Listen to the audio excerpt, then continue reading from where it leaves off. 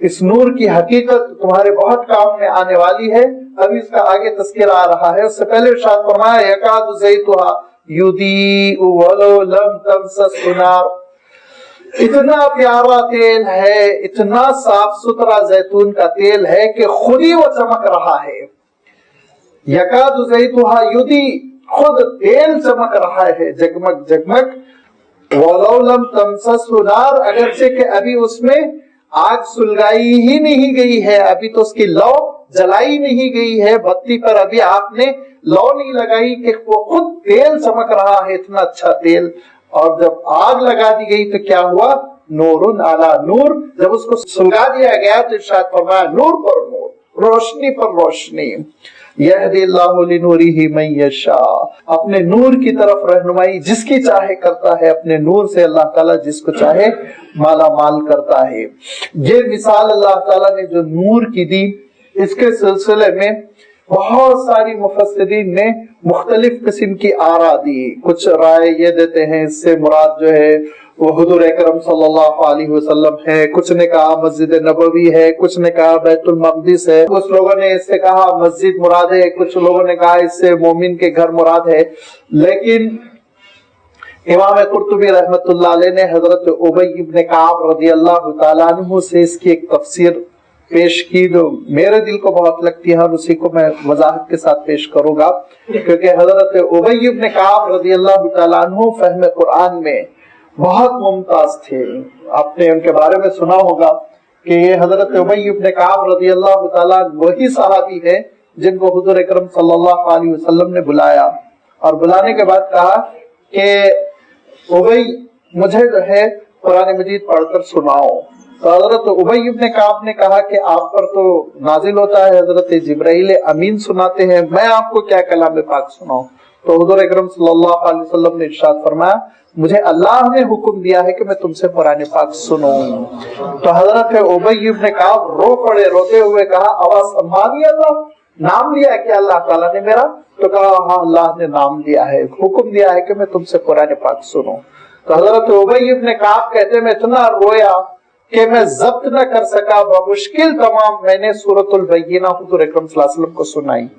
آپ جانتے ہیں سورہ بینہ بہت بڑی سورت نہیں ہے, لم یکن الذین کفروا من اہل الکتاب, یہ مختصر سی سورت ہے, لیکن حضرت ابی بن کعب پر ایسا گریہ طاری تھا, غلبہ ہوا تھا کہ بمشکل تمام انہوں نے یہ چھوٹی سی سورت حضور اکرم صلی اللہ علیہ وسلم کو سنائی. اس سے آپ اندازہ لگا سکتے ہیں کہ حضرت ابی بن کعب رضی اللہ تعالیٰ عنہ کا کیا مقام ہے. قرآن پاک کے علوم میں حضرت ابی بن کعب بہت ممتاز ہیں. 4 ان ممتاز قراء میں سے ہیں جن سے قرآن پاک لینے کی حضور اکرم صلی اللہ علیہ وسلم تاکید کرتے تھے کہ ان سے سیکھو تم قرآن پاک. تو وہ حضرت ابی بن کعب یہ تشریح کرتے ہیں کہ اب اس تشریح کو دیکھیے کہ, اور یہاں پر یہ تشریح قرآن پاک کا جو نظم چلا رہا ہے, ربط چلا رہا ہے, سیاق جو آپ دیکھ رہے ہیں بے حیائی کے سلسلے میں اللہ تعالیٰ نے جو کلام فرمایا, اس کو آپ اس پس منظر کو سامنے رکھتے ہوئے آپ دیکھیں کہ ارشاد فرمایا اللہ نور السماوات والارض مثل نورہ کمشکات فیہا مصباح, کہ اللہ تعالیٰ کے نور کی مثال سمجھنا ہو تو تم سمجھ لو یوں کہ دراصل ایک طاق ہے اور اس طاق میں ایک چراغ روشن ہے. طاق سے مراد حضرت ابی بن کعب مومن کا سینہ لیتے ہیں, اور چراغ سے مراد اس کا دل لیتے ہیں.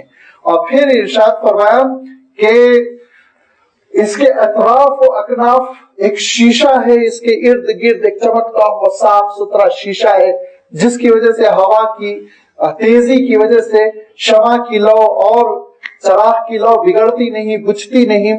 وہ شیشہ کیا ہے؟ فرمایا مومن کا عمل ہے. مومن کا عمل ہے جس میں سے اس کے دل کی روشنی پھوٹ پھوٹ کے باہر نکلتی ہے. پھر ارشاد فرمایا کہ اللہ تعالیٰ نے ارشاد فرمایا کہ روغن زیتون سے یہ چراغ روشن ہے. ایندھن جو ہے, جو چیز جلنے والی ہے, وہ کیا ہے؟ وہ دراصل زیتون کا تیل ہے. تو ارشاد فرمایا وہ زیتون کا تیل سے مراد وہ ہدایت ربانی ہے جو اللہ تعالیٰ کی جانب سے ملی. کیوں؟ اس کے بارے میں ارشاد فرمایا من شجرۃ مبارکۃ, وہ ایک بابرکت درخت سے نکلنے والا پھل ہے. تو لازمی بات ہے یہ بابرکت درخت یہ اللہ تعالیٰ کی ہدایت ہے، اللہ تعالیٰ کی جانب سے ملنے والی توفیق ہے، جس توفیق کی وجہ سے بندے مومن کو ایمان ملا ہوا ہے۔ اب اس کا ایمان روشن ہے شمع کی مانند، چراغ کی مانند، اور پھر اس کی جو شعائیں نکل رہی ہیں، اس ایمان کی نور کی جو کرنیں پھیل رہی ہیں، لا شرقیہ ولا غربیہ، وہ مشرق و مغرب تک محدود نہیں ہے، پوری دنیا کو، پورے عالم کو وہ منور کر رہی ہے۔ اور پھر یہ بھی ارشاد فرمایا کہ آگے چل کے اللہ تعالیٰ ارشاد فرماتا ہے تیل خود اتنا پیارا ہے، اتنا صاف ستھرا، صاف و شفاف ہے کہ تیل خود چمک رہا ہے، اور اگر شمع کی لو جلا دی جائے تو پھر نور علی نور۔ تو فرمایا کہ یہ ایمان خود اتنا پیارا ہے کہ ایمان خود چمک رہا ہے، لیکن اگر اس شمع کی لو جلا دی جائے، یعنی علم بندے مومن حاصل کر لے، تو پھر نور علی نور ہو جاتا ہے۔ وہ علم حاصل کرنے کے بعد اس کی کیفیت ہی دوسری ہو جاتی ہے، وہ تو روشن ہی روشن ہو جاتا ہے۔ یہدی اللہ لنورہ من یشاء، لیکن یاد رکھو یہ ہدایت ایمان یہ اللہ تعالیٰ جس کو چاہتا ہے دیتا ہے، یہ توفیق اللہ تعالیٰ جس کو چاہتا ہے دیتا ہے۔ اللہ تعالیٰ یہ نور ایمان، اللہ تعالیٰ یہ ہدایت کا نور، اللہ تعالیٰ یہ توفیق کی روشنی یہ ان دلوں میں نہیں ڈالتا جن دلوں میں بے حیائی ہوتی ہے، جن دلوں میں گندگی ہوتی ہے، جن دلوں میں بے حیائی کی سڑن ہوتی ہے، وہاں اللہ تعالیٰ یہ نور نہیں دیتا۔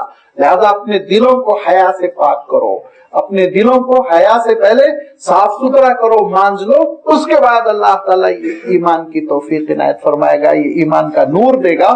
لہذا ارشاد فرمایا کہ یہ وہ نور ہے جو اللہ تعالیٰ کے پاس بہت ہی اہم ہے، قیمتی ہے، اور یہ گندے دلوں میں نہیں ڈالا جاتا ہے، بہت صاف ستھرے دلوں میں ڈالا جاتا ہے۔ وہ صاف ستھرے دل جن کو قرآن مجید نے قلب سلیم کہا، سلامتی والے دل، جن میں سڑن نہ ہو، جن میں گناہوں کے جو خوگر نہ ہو، عادی نہ ہو، اور جن میں بے حیائی اور گندے خیالات کا آماجگا نہ بنے ہوئے ہوں، مرکز نہ بنے ہوئے ہوں، وہ صاف ستھرے دلوں میں اللہ تعالیٰ کا نور پڑتا ہے، اللہ تعالیٰ کا نور آتا ہے۔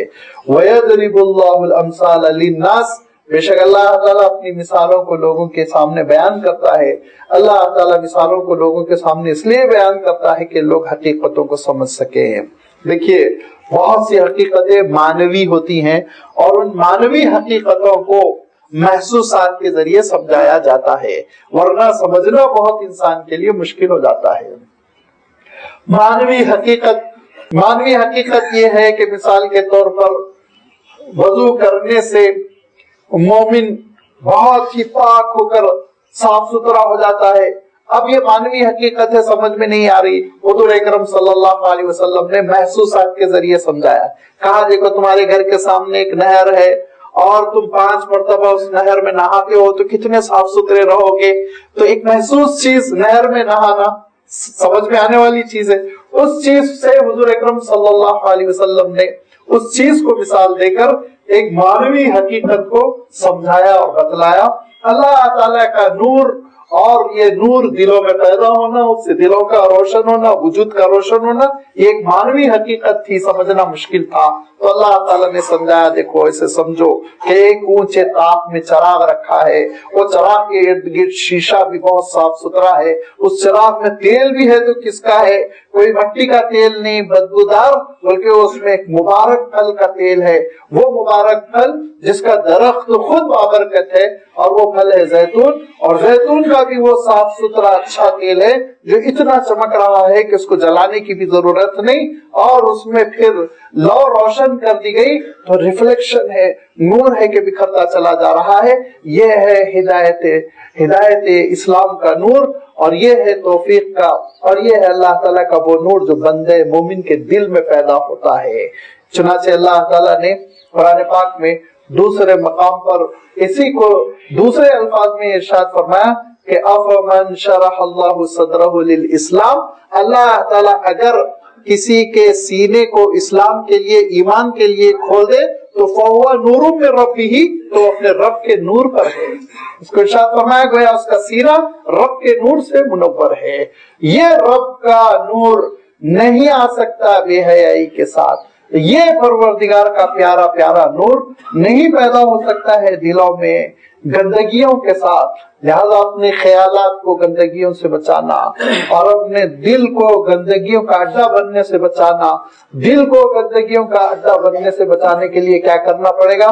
نگاہوں پر کنٹرول کرنا پڑے گا، بدنگاہی نہیں کرنی پڑے گی. اور اگر بدنگاہی ہو گئی، گندی چیزیں کچھ دیکھ لی، تو توبہ اور استغفار اور پھر اللہ تعالیٰ کے کلام پاک کو دیکھ دیکھ کر، پڑھ کر، تلاوت کر کے اپنے دل کو صاف کرنا ہوگا.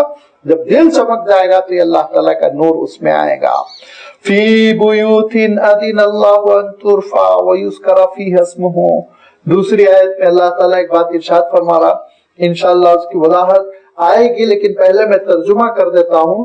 ایسے گھروں میں جن کے بارے میں اللہ تعالیٰ نے اجازت دی ہے کہ ان کو بلند کیا جائے، وَيُذْكَرَ فِيهَا اسْمُهُ، اور اس میں اللہ کا ذکر کیا جائے. يُسَبِّحُ لَهُ فِيهَا بِالْغُدُوِّ وَالْآصَالِ رِجَالٌ، جس میں کہ صبح شام اللہ کی تسبیح کچھ لوگ کرتے رہتے ہیں، جن کی صفت یہ ہوتی ہے لا تلہیہم تجارت، ان لوگوں کو نہ تجارت نہ خرید فروخت کوئی بھی چیز اللہ کے ذکر سے نہیں روکتی، اور نہ ہی نماز قائم کرنے سے روکتی ہے، اور نہ ہی زکوٰۃ دینے سے روکتی ہے.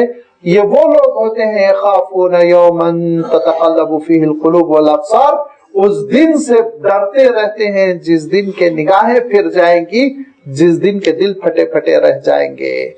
ایسے یہ وہ لوگ ہیں جن کو اللہ تعالیٰ ان کے اعمال پر اچھی سے اچھی جزا دینا چاہتا ہے، اچھا سے اچھا بدلہ دینا چاہتا ہے. وَيَزِيدُهُم مِّن فَضْلِهِ، اور اللہ تعالیٰ نہ صرف یہ کہ اجر دینا چاہتا ہے بلکہ اپنے فضل سے اضافہ بھی کرنا چاہتا ہے. وَاللَّهُ يَرْزُقُ مَن يَشَاءُ بِغَيْرِ حِسَاب، اللہ تعالیٰ جس کو جتنا چاہے بغیر حساب کتاب عنایت فرمائے، اس کے خزانے میں کمی نہیں. یہ اس آیت کے سلسلے میں بھی ایک سے زائد تشریحات ہیں. اس میں یہ بھی کہا گیا فی بیوت، بیوت سے مراد، بعض لوگوں نے یہ کہا حضور اکرم صلی اللہ علیہ وسلم کے حجرات ہے، بعض لوگوں نے کہا نہیں اس سے مسلمانوں کے گھر مراد ہے، بعض لوگوں نے کہا اس سے مساجد مراد ہے. اور صحیح معنوں میں واقعہ یہ ہے کہ اس سے مساجد مراد ہے، کیونکہ آگے چل کے اللہ تعالیٰ نے جو باتیں ارشاد فرمائی ان کا زیادہ تر تعلق مسجدوں سے ہے، کہ اللہ نے اجازت دے رکھی ہے. اذن اللہ، اللہ نے اجازت دے رکھی ہے، اس کو ذہن میں رکھیے، اجازت کا لفظ آ رہا ہے گھروں کے سلسلے میں کہ ان کو بلند کیا جائے. تو لازمی بات ہے ہم اپنے گھروں کو بلند کریں، یہ تو اللہ تعالیٰ کی اجازت کے ہی بغیر ہم لوگ کر رہے ہیں، بلکہ روکنے کے باوجود بلند کر رہے ہیں. اور ہر شہر کی آج بالخصوص جو میٹروپولیٹن سٹیز ہیں ان کی مصیبت ہی بنی ہوئی ہے. بڑی بڑی بلڈنگیں لوگوں نے کھڑی کر رکھی ہیں، کرایہ دار نہیں ہے اور خالی پڑی ہوئی ہیں. تو گھروں کو بلند کرنے کا تو جذبہ یوں ہی ہے، اسی لیے گھر کو یعنی عام گھروں سے مراد لینا ذرا مشکل ہی ہے، بلکہ اس سے مساجد مراد ہے. اللہ تعالیٰ ارشاد فرماتا ہے کہ یہ وہ گھر ہیں جن کے بارے میں اللہ تعالیٰ نے بلند کرنے کی اجازت دے رکھی ہے. بلند کرنے سے یہاں پہ دو چیزیں مراد لی گئی، ایک ان کی تعمیر، کیونکہ حضرت ابراہیم علیہ السلام کے سلسلے میں سورۃ البقرہ میں آ چکا ہے کہ اذ یرفع ابراہیم القواعد من البیت واسماعیل، رفع کا لفظ وہاں بھی استعمال ہوا کہ کعبۃ اللہ کی عمارت کو ابراہیم بلند کر رہے تھے. تو عمارت تعمیر کرنے کے سلسلے میں بھی بڑی فضیلت ہے مسجد کی عمارت بنانا. آپ صلی اللہ علیہ وسلم ارشاد فرماتے تھے کہ جو روئے زمین پر مسجد بناتا ہے اللہ تعالیٰ اس کے لیے جنت میں گھر بناتا ہے. لہذا یہاں تعمیر بھی مراد لی گئی اور یہاں مسجدوں کو آباد کرنا بھی مراد لیا گیا ہے، نمازوں کے ذریعے سے، عبادتوں کے ذریعے سے، اعتکاف کے ذریعے سے، دعاؤں کے ذریعے سے، دونوں چیزیں مراد لی گئی. اور اللہ تعالیٰ نے ارشاد فرمایا جس کا میں نے بھی اشارہ کیا فی بیوت اذن اللہ ان ترفع، کہ چند ایسے گھر جن کے بارے میں اللہ نے اجازت دے رکھی. تو مفسرین نے فرمایا کہ غور کرنے کی بات ہے، اللہ نے اجازت دی ارشاد فرمایا، اللہ نے حکم دیا ارشاد نہیں فرمایا. اللہ نے حکم دیا، اجازت نہیں فرمایا. کیا ارشاد فرمایا؟ اذنا، اجازت دی. کیوں؟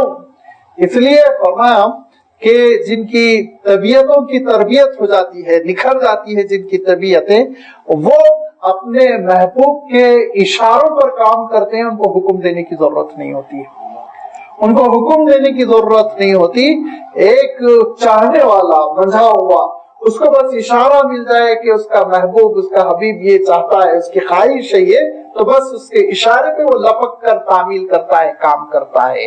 لہذا اللہ تعالیٰ ارشاد فرماتا ہے یہ معاملہ ایسا ہے کہ جو اللہ تعالیٰ سے محبت کرتا ہے وہ اللہ کی اس اجازت اور اس اشارے ہی پر وہ کام کر جاتا ہے کہ اللہ کے گھروں کو آباد کرتا ہے. اور وَيُذْكَرَ فِيهَا، اور پھر ان گھروں میں اللہ کے نام کا ذکر ہوتا ہے. وَيُسَبِّحُ لَهُ، اور تسبیح پڑھی جاتی ہے، تسبیح پڑھتے ہیں صبح بھی اور شام بھی. رجال، کچھ لوگ، اور ان لوگوں کی کیا صفت ہے اس کا بھی تذکرہ فرمایا. تو یہاں مسجد مراد ہے کہ مسجدوں کی تعمیر بھی ہو اور مسجدوں کو آباد بھی کیا جائے، اور ان مسجدوں میں جو لوگ ہوتے ہیں ان کے دلوں میں اللہ تعالیٰ کے ہدایت کا نور ہے، ان کے دل منور ہے، اللہ تعالیٰ ارشاد فرماتا ہے. اور پھر اس کے بعد سے یہ بات ارشاد فرمائی کہ ان کی خصوصیت یہ ہوتی ہے جو اللہ کے گھر کو آباد کرتے ہیں، جن کے بارے میں سورۃ التوبہ میں ارشاد فرمایا انما یعمر مساجد اللہ من آمن باللہ والیوم الآخر، جو اللہ پر اور آخرت پر ایمان رکھتا ہے وہی مسجدوں کو آباد رکھتا ہے. آپ صلی اللہ علیہ وسلم ارشاد فرمایا کرتے تھے کہ اذا رأیت الرجل یعتاد الی المسجد، کہ اگر کسی شخص کو تم دیکھو کہ مسجد آتا جاتا ہے، اور اعتادہ کے معنی عود کرانا، بار بار آنا جانا، تو ارشاد فرمایا کسی شخص کو اگر تم یہ دیکھو کہ وہ مسجد آتا جاتا ہے تو فاشہدوا لہ بالایمان، اس کے ایمان کی تم گواہی دو. وہ ایمان ہے جو اس کو مسجد کی طرف لے جا رہا ہے. اور فجر کی نماز کے لیے، عشاء کی نماز کے لیے جو تاریکی میں مسجدوں کو جاتے ہیں، ان کے بارے میں تو حضور اکرم صلی اللہ علیہ وسلم نے ارشاد فرمایا کہ بشر المشائین الی المساجد بنور التام یوم القیامہ، کہ تاریکیوں اور اندھیروں میں بھی جو مسجد جاتے ہیں، اہتمام کرتے ہیں، ان کے لیے تم بشارت دو ایک ایسے نور کی جو پورا مکمل ہوگا، قیامت کے دن ان کو ملے گا. قیامت کے دن اللہ تعالیٰ کا نور کیسے ملے گا اور کیسے ہمارا بیڑا پار ہوگا، انشاءاللہ وہ آیت میں اشارہ آ رہا ہے، اس کی وضاحت ابھی میں رکھوں گا. یہاں مسجد کے سلسلے میں حضور اکرم صلی اللہ علیہ وسلم ارشاد فرماتے ہیں کہ مسجدوں کو آباد رکھنے والے وہ ایمان کے تقاضے کی بنیاد پر آباد رکھتے. فرمایا گھر سے وضو کر کے جو مسجد جاتا ہے اور فریضہ قائم کرتا ہے تو اس کو جو اجر ملتا ہے وہ وہی اجر ہے جو ایک اپنے وطن سے جا کر مکہ مکرمہ میں عمرہ کر کے واپس آتا ہے، عمرہ کرنے کا اجر فرمایا. لہذا مسجدوں کو آباد کرنا ہے، یاد رکھیے، اور اپنے گھروں میں اور اپنے اپنے مقامات پر جماعت بنا لینا ٹھیک ہے، ایک حد تک چلو جماعت کا اجر تو مل گیا، لیکن مسجد کا اجر نہیں ملے گا، مسجد کا ثواب نہیں ملے گا. لہذا مسجدوں کو اہتمام کے ساتھ جانا چاہیے. اور یہ وہ اللہ تعالیٰ کے گھر ہیں جن کے بارے میں اللہ تعالیٰ نے بھی نسبت فرمائی اور حضور اکرم صلی اللہ علیہ وسلم بھی نسبت فرمائی کہ اللہ کے گھر. ایک حدیث شریف میں آتا ہے کہ اللہ تعالیٰ یہ ارشاد فرماتا ہے، حدیث قدسی ہوئی، کہ جو لوگ میرے گھر کی طرف آتے ہیں تو ہر میزبان کی جیسے کہ ڈیوٹی ہوتی ہے وہ آنے والے مہمان کے لیے اکرام کرے اور اس کی خدمت میں کچھ پیش کرے.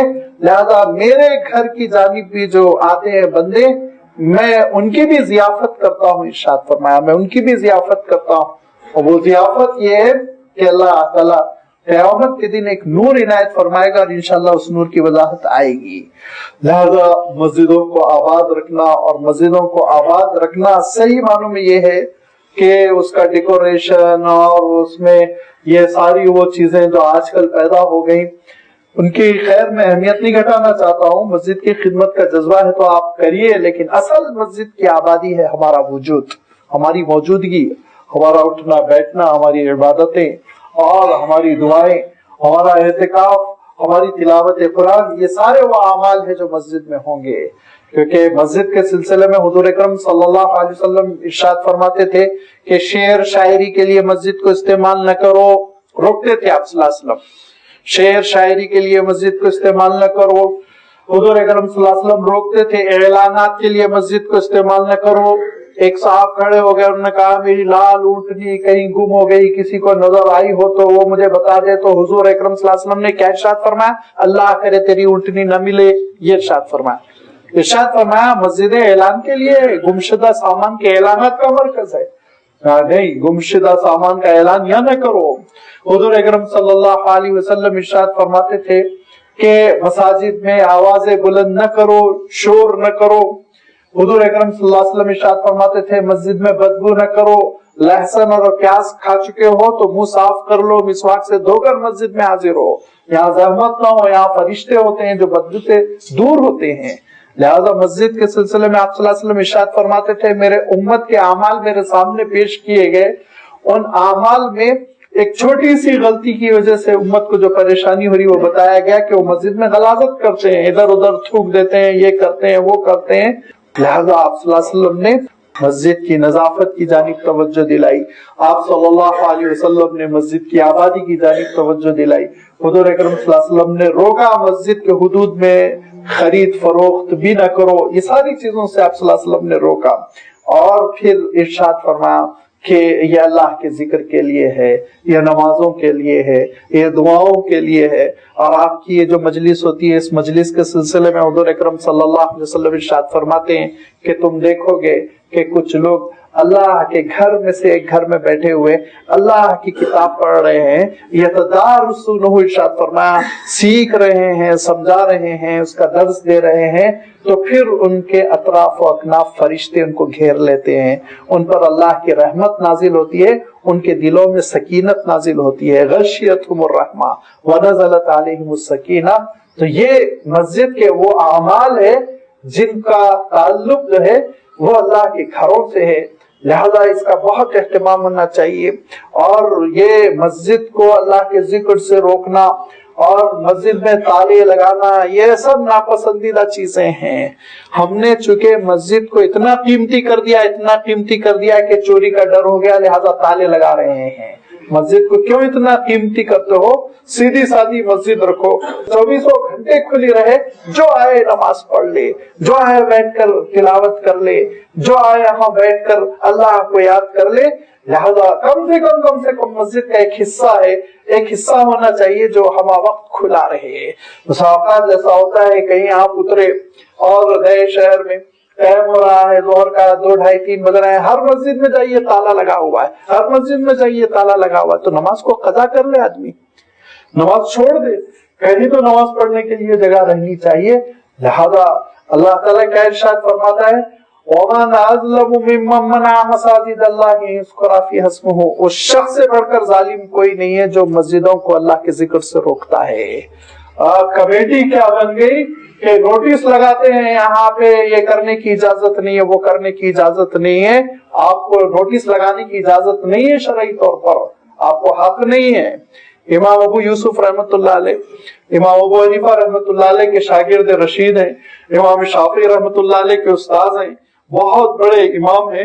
اور ان کو آپ جانتے ہیں چیف جسٹس بنایا گیا تھا اس وقت کے عالم اسلام کا، جو عباسی دور کا بالکل عروج پر تھا عالم اسلام یہاں سے وہاں تک. ہارون رشید بادلوں کو دیکھ کر کہا کرتا تھا کہ بادل جہاں جا کے برسو تمہارا ٹیکس تو ہماری خزانے میں آئے گا. اتنی بڑی مملکت. اس کے وہ چیف جسٹس تھے، ان کے پاس ایک فتویٰ آیا، ایک کیس آیا، ایک ایشو آیا کہ بادشاہ نے، ہارون رشید نے مارے غصے کے اپنی بیگم سے، اپنی اہلیہ سے کہہ دیا کہ شام تک تم میرے ملک سے نہ نکل جاؤ تو تم پر طلاق. وہ خاتون پریشان ہو گئی، چیف جسٹس سے رجوع ہوئی اور کہا کہ یہ تو بہت سنگین مسئلہ ہو گیا. خود بولنے کو تو انہوں نے بول دیا لیکن اب پچھتا رہے ہیں، کیا کیا جائے. اب 11-12 بجے مسئلہ آیا تو امام ابو یوسف رحمۃ اللہ علیہ نے کہا کہ 2-4 گھنٹے کے بعد آؤ. 2-4 گھنٹے کے بعد پھر اس زمانے میں نہ پلین، اس زمانے میں نہ تیز رفتار سواریاں، لہذا مملکت کے حدود سے نکلنا ہے. اور پھر 2-4 گھنٹے کے بعد وہ خاتون نے اپنے نمائندے کو بھیجا تو ٹائم کا اندازہ لگا کہ امام ابو یوسف نے کہا ابھی اور 2-4 گھنٹے کے بعد آؤ. وہ کہنے لگی کہ شام ہو جائے گی تو میں مطلقہ ہو جاؤں گی, طلاق ہو جائے گی مجھ پر. کہا نہیں کوئی مسئلہ نہیں, اور 2-4 گھنٹے کے بعد آؤ. پھر 4-5 بجے نمائندہ بھاگتا ہوا آیا کہ پوچھا کہ مہارانی صاحبہ وہ تو ملکہ پریشان ہو رہی ہیں اور وقت بالکل تنگ رہ گیا ہے, شام ہوتے ہوتے اگر حدود مملکت سے وہ نہ نکلی تو طلاق ہو جائے گی. وقت کا اندازہ لگا, کہا اور 2 گھنٹے کے بعد آؤ. کہا کہ وہ مسئلہ سنگین کام, میں کہہ رہا ہوں اور 2 گھنٹے کے بعد آؤ.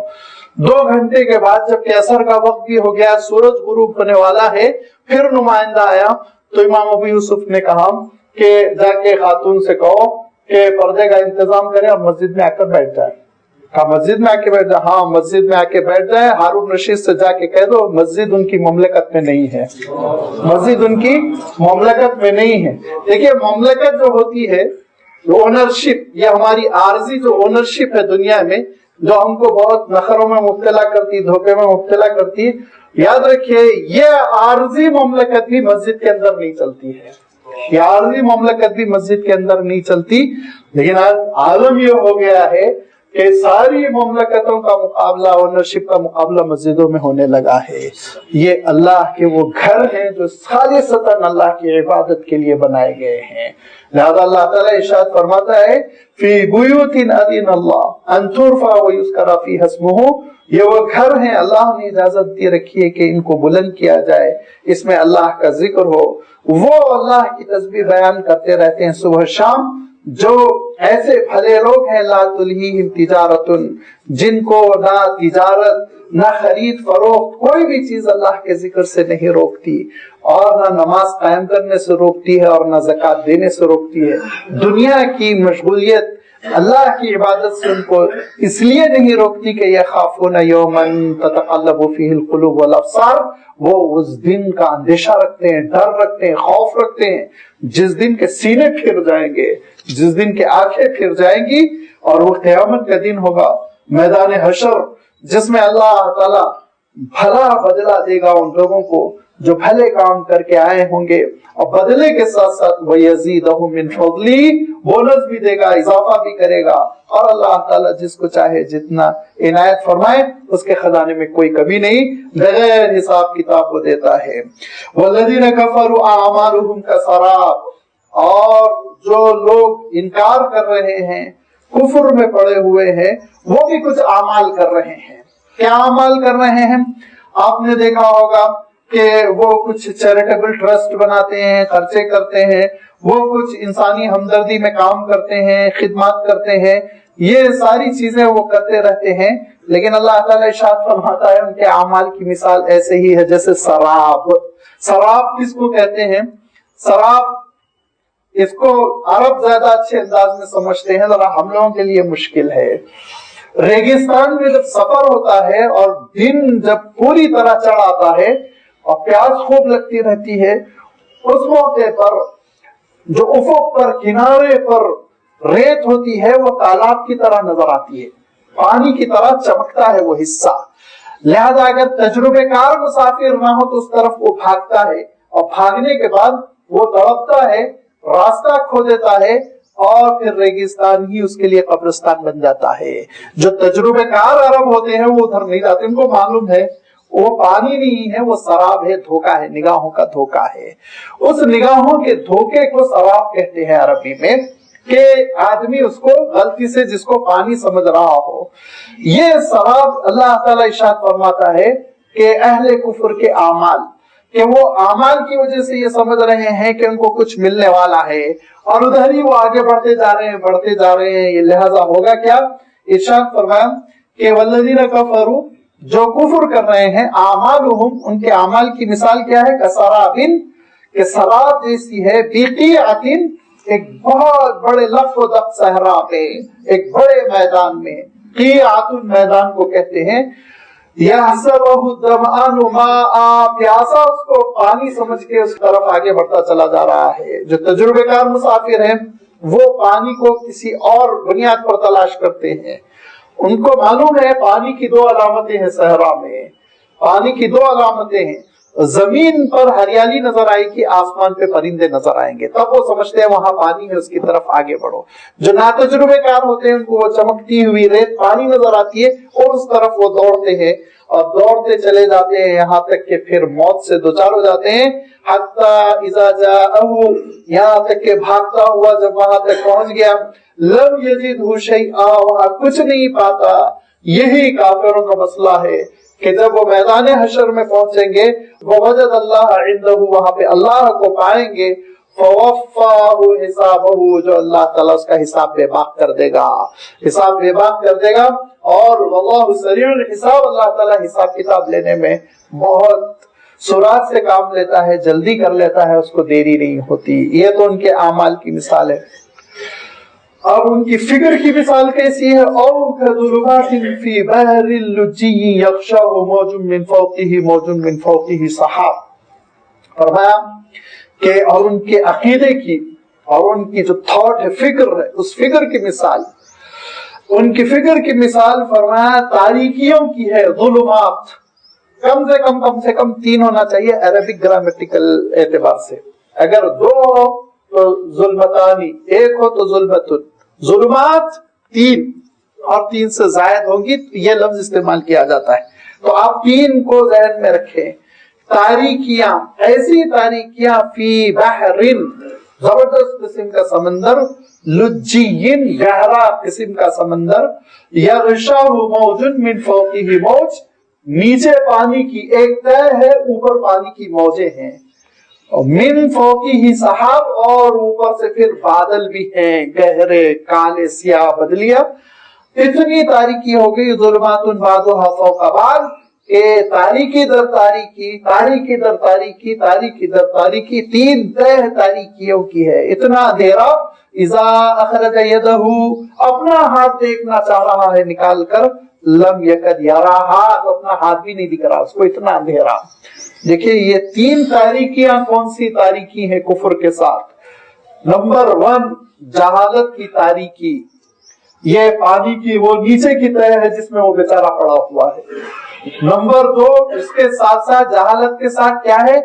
وہ شہوتیں، حرص دنیا، شہوات کا غلبہ، موجوں کی شکل میں اس کی خواہشات ہے، جیسے سمندر کی موجیں اٹھتی رہتی ہیں، اس کی موجیں اٹھ رہی ہیں، کبھی بنگلے کے لیے موج اٹھ رہی ہے، کبھی اس کو حکومت کے لیے خواہشات ابھر رہی ہیں، کبھی اس کی خواہشات وہ گندگیوں کے لیے اٹھ رہی ہیں، بے حیائیوں کے لیے اٹھ رہی ہیں، ایک سیلیبریشن سے دوسرے سیلیبریشن میں چلتا چلا جا رہا ہے، یہ موجوں میں وہ پھنسا ہوا ہے۔ اور تیسرے کالے کالے سیاہ بادل، سیاہ بادل کس کے ہیں؟ سیاہ بادل چھائے ہوئے ہیں کفر کے، انکار کے، اور اقرار نہ کرنا، اعتراف نہ کرنا، جس کی وجہ سے یہ ان 3 تاریکیوں میں مبتلا ہو گیا۔ اور پہلی تاریکی تو اس کی وہ تاریکی ہے جس میں وہ پڑا ہوا ہے، جہالت کی تاریکی، اور دوسری تاریکی اس کی شہوتوں کی تاریکی ہے، اور تیسری اس کی ضد کی وہ تاریکی ہے، بے حسی اور غفلت کی وہ تاریکی ہے کہ بادلوں کی شکل میں اندھیرا چھایا ہوا ہے۔ اب اس کے لیے اگر مل سکتی ہے تو ایک ہی ہے، وہ ہے نور ایمان، ہدایت کا نور، وہ شمع رسالت جو روشن ہے، اس کی روشنی اگر وہ اپنے دل میں لے لے تو پھر اس کے بعد سے وہ بچ سکتا ہے، ورنہ تو وہ تباہ ہوگا، برباد ہوگا۔ یہ 3 تاریکیوں میں وہ مبتلا ہے، اور ان 3 تاریکیوں اور اندھیروں میں وہ زندگی بسر کر رہا ہے۔ اور یاد رکھو پھر وہی بات اللہ تعالیٰ نے ارشاد فرمائی، وَمَن لَّمْ يَجْعَلِ اللَّهُ لَهُ نُورًا، اور اللہ جس کو نور ہدایت نہ دے، فَمَا لَهُ مِن نُورٍ، اس کو کوئی یہ نور ہدایت دینے والا نہیں۔ اللہ تعالیٰ ہدایت دے گا، اللہ کے سوا اور کوئی ہدایت نہیں دے سکتا۔ لہذا اللہ تعالیٰ سے نور ہدایت لینے کے لیے اپنے دل کو صاف ستھرا کرو۔ اس کے لیے حضور اکرم صلی اللہ علیہ وسلم نے دعا کی بھی تلقین کی، بالخصوص جب تاریکی میں، اندھیرے میں مسجد کی طرف اللہ کے رسول صلی اللہ علیہ وسلم تشریف لے جاتے تو اس موقع پہ اللہ کے رسول صلی اللہ علیہ وسلم یہی دعا فرمایا کرتے تھے، اللہم اجعل لی، اللہم اجعل فی قلبی نورا، وفی سمعی نورا، وفی بصری نورا، وفی امامی نورا، وفی خلفی نورا، وعن یمینی نورا، وعن شمالي نورا وفي فوقي نورا وفي تحتي نورا واجعل لي نورا واجعل لي نورا وعظم لي نورا وعظم لي نورا واتمم لي نورا يوم القيامة يا رب العالمين کہ اے پروردگار دل میں بھی نور، نگاہوں میں بھی نور، زبان پر نور، سماعت میں نور، اوپر نور نیچے نور، دائیں نور بائیں نور، آگے نور پیچھے نور، اے اللہ میرے نور کو قیامت کے دن آپ مکمل کر دیجئے، کیونکہ اس دن یہی وہ ایمان ہے، اس دن یہی وہ اعمال صالحہ ہے جو نور کی شکل میں برآمد ہوں گے، جس کے بارے میں اللہ تعالیٰ قرآن پاک میں ارشاد فرماتا ہے اگر زندگی رہی تو انشاءاللہ سورۃ الحدید تک پہنچیں گے، جہاں پہ کہ اللہ تعالیٰ ارشاد فرماتا ہے میدان حشر میں اللہ تعالیٰ پھر بندے مومن کو نور عنایت فرمائے گا، اور وہ نور کیسا ہوگا؟ حضور اکرم صلی اللہ علیہ وسلم ارشاد فرماتے ہیں کہ ایک کا نور تو ایسا ہوگا کہ پھر عالم کو اپنی شعاؤں سے جیسے وہ روشن کر رہا ہو، ایک کا نور ایسا ہوگا جیسے کمرہ پھر روشن ہو رہا ہو، ایک کا نور ایسا ہوگا جیسے کہ ٹارچ اپنا راستہ بیچارہ وہ روشن کر کے چل رہا ہوگا، اور جب وہ اس نور کے ساتھ وہ صراط پر سے آگے بڑھ رہا ہوگا تو پھر پیچھے سے جو ایمان سے محروم ہوں گے، جو نفاق میں پڑے ہوئے ہوں گے، کفر میں پڑے ہوئے ہوں گے، وہ کہیں گے نقتبس نورا، ذرا پیچھے پلٹو اور تمہارے نور سے ہم بھی فائدہ اٹھانا چاہتے ہیں، تمہارے ہمدردی کے اللہ تعالیٰ ارشاد فرمائے گا، ارشاد فرماتا ہے کہ وہ پیچھے مڑے گا، فَضُرِبَ بَيْنَهُمْ سُورٌ، لیکن ان کے درمیان اللہ تعالیٰ ایک دیوار بنا دے گا کہ ایمان والے کے نور سے بے ایمان کبھی فائدہ نہیں اٹھا سکے گا، لہذا ایمان والا اپنے نور کے ساتھ آگے بڑھتا چلا جائے گا۔ اسی لیے اللہ کے رسول صلی اللہ علیہ وسلم ارشاد فرماتے تھے وَأَتْمِمْ لِي نُورًا يَوْمَ الْقِيَامَةِ، قیامت کے دن اللہ آپ مجھے پورا نور عنایت فرمائے، مکمل نور عنایت فرمائے، اور جس کے بارے میں اللہ کے رسول نے خوشخبری دی کہ کہا دیکھو رات کی تاریکیوں میں مسجد کی جانب جانے والوں کو قیامت کے دن کے پورے نور کی خوشخبری دے دو، لہذا مسجدوں کو آباد کرنا اور اپنے دل کو بے حیائی کا اڈا نہ بنانا، صاف ستھرا رکھنا تاکہ اللہ کا نور اس میں اس دنیا میں پیدا ہو جائے اور پھر یہ نور قیامت کے دن ہمارے لیے کام آ جائے اور اس نور کے ذریعے سے ہمارا بیڑا پار ہو جائے۔ اس کے لیے کیا ہے اللہ تعالیٰ ارشاد فرمایا؟ حیا۔ اس کے لیے کیا ہے اللہ تعالیٰ ارشاد فرماتا ہے؟ نگاہوں کی حفاظت۔ اس کے لیے کیا ہے اللہ تعالیٰ ارشاد فرماتا ہے؟ پردے کا نظام۔ اور یہ وہ پردے کا نظام ہے جس کی بڑی تفصیل گزر چکی ہے اور آگے بھی ان سورت میں بھی آئے گی، سورۃ الاحزاب میں بھی آئے گی۔ اللہ تعالیٰ ان چیزوں کا ہم کو پابند بنائے۔ وآخر دعوانا ان الحمد للہ رب العالمین۔